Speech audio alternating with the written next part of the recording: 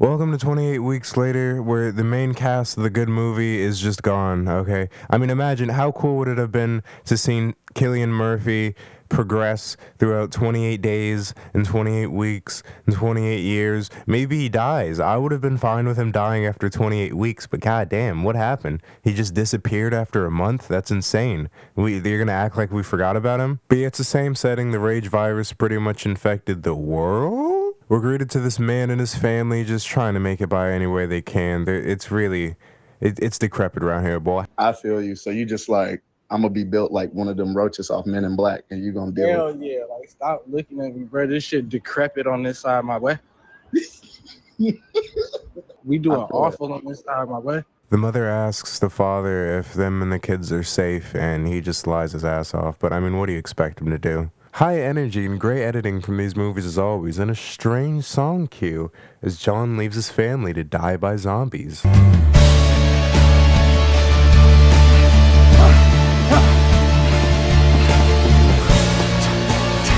These zombies are unique. They're infected with a rabies-like virus. It's called the rage virus. It allows them to sprint super fast. They have, I guess, some kind of super strength going on.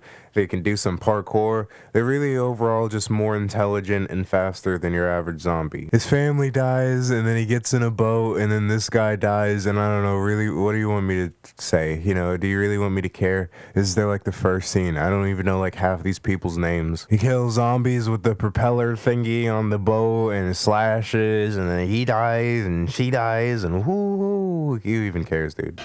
Oh shit. Oh shit. Oh shit. Oh shit. I just saw 40 people die before the opening credits. Leave me alone. So Hawkeye is aiming a sniper rifle at an airplane because he's an idiot. Aren't you supposed to be guarding something or someone? So these two kids get flown into North Korea pretty much because that's the only way they can contain the virus. Andy is 12 and the youngest person in the entire country, and I'm really not sure how that works. Is this children of men? Prisons? Pandemics? Wars? Nothing stops people from slamming ham. No one's had a child in 12 years? That's insane. Andy looks out the window and, oh my god, is that a machine gun? Okay. Just in case the zombies hijack the train and we need to wipe out a train full of zombies. So Andy regrets asking for the window seat, but they meet up with their dad. Okay. You know, I'm not gonna lie, guys. It feels refreshing seeing a bad sci-fi movie from the mid-2000s and not seeing Idris Elba. God damn it. How did he make it in this? He could smell the money from a mile away. Every single bad sci-fi sequel, Idris Elba manages to sneak his way in there. I mean, of course he had to get in this one. It's a British movie. What are you afraid of? Wait, are they making him fake an American accent? Why is he I don't even care. Who cares? I don't care. So the dad traumatizes his children with a slightly altered version of the truth. Instead of running away because he was a coward, he ran away because it was already too late. And the zombies got her. And you can tell how much they believe it. So Hawkeye points a sniper rifle at windows, stalking random people.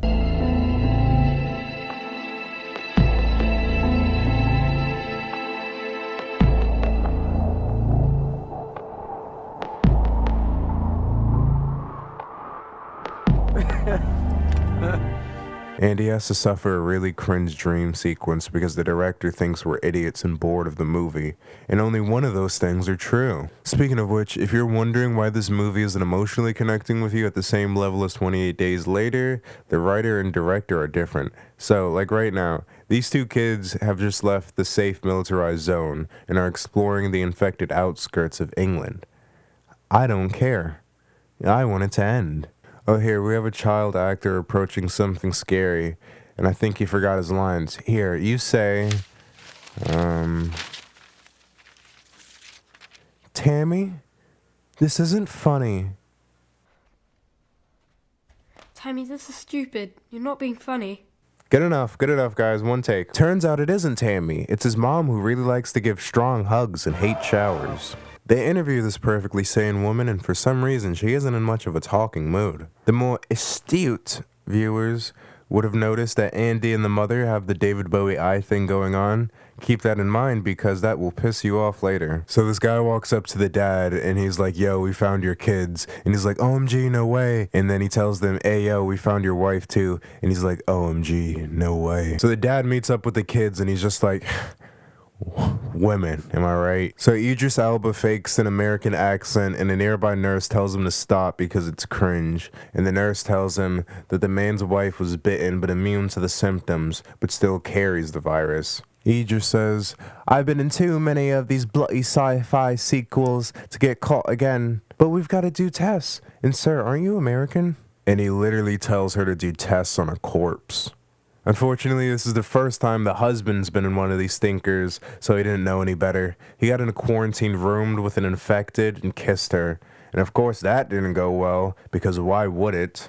And honestly, what was his plan? The most heartbreaking thing about seeing someone you love get infected is knowing that their mind is gone, and they'll wander off north as you go south. There's a good chance you'll never see them again, and if you do, they're not gonna remember you. So we've got a little bit of an outbreak going on. What's the US military's response? No joke, they keep all the healthy people in one room, which sounds like a first draft idea. I can no longer buy the characters are this stupid.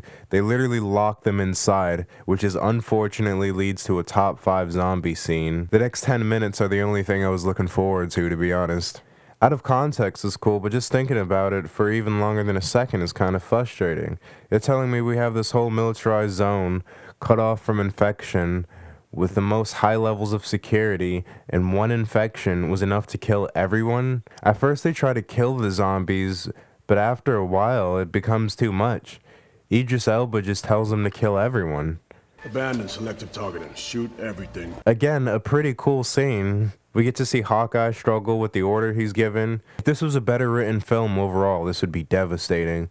But because only dumb decisions led us here, it's hard to feel bad for anyone.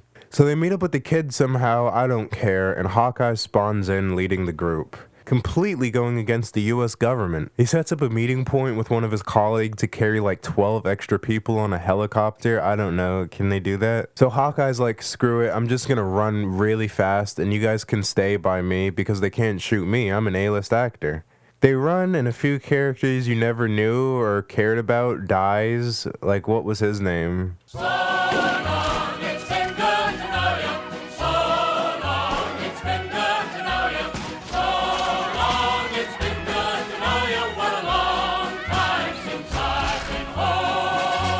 Ah, screw it. CGI. Whoa, blowing up the whole city. So they make it away safely. Not even a nuke can stop plot armor. They sit around and just fart out exposition on each other. The children try their best to act, but it's not their fault. The contract didn't say they'd be reading 500 lines of heartfelt dialogue. We won't get separated again. Stay together, whatever happens. And the Oscar goes to... Also, Hawkeye's friend is 60 seconds away on a helicopter, so lock in, twin. And wait, aren't these things like attracted to sound? Oh yeah. Okay, so they argue and he's like, hey, let these people on. And his friend's like, hell nah. And this guy's like, oh, I'm getting on anyways. And he's like, screw it, how much of the budget do we have left? $10,000? Alright, bet, watch this. So after reducing a field of zombies to mince meat, he tells him, no, seriously, I will waste all of the budget on this helicopter stuff if you don't ditch those kids. But Hawkeye can't just let kids die. He's a damn Avenger. And in fact, he doubles down on sacrificing himself for the greater cause. So they drive the car and it gets shot at, don't ask me why, and they take the car down this set of stairs, leading to an area that's so dark we have to do Outlast mode. Only the mom can see though, and she's terrible at directions. Why isn't she going first? Oh, screw it. Both of them fall into a sea of bodies. The scene has some cool things going on. Oh my god. Is that the dad? Stop it. Stop it. That's so stupid. The dad is just following these kids around? How intelligent is this zombie? Is his brain still there? What is that? Doesn't even make any sense. The dad bites the kid, she shoots the dad, and I'm just checked out at this point. Who even cares? It's not even canon, you nerds. Oh, so the kid walks away, and get this. he's also immune. Get it? Because of the eye? Oh, they literally show it. Again, okay. Just in case you didn't get it the first time, seeing the mom, this is their final frontier of shoving it in your face. So they go to the guy they were supposed to meet up with, and he's like, yo, where's my guy? And she's like, he's in a better place. So he takes them for some reason, and they could totally be infected. I mean, I know they turn pretty quickly, but an asymptomatic carrier caused the whole thing. But screw it, what are the chances of that happening again? And that's 28 weeks later, a movie that... Oh. What's this?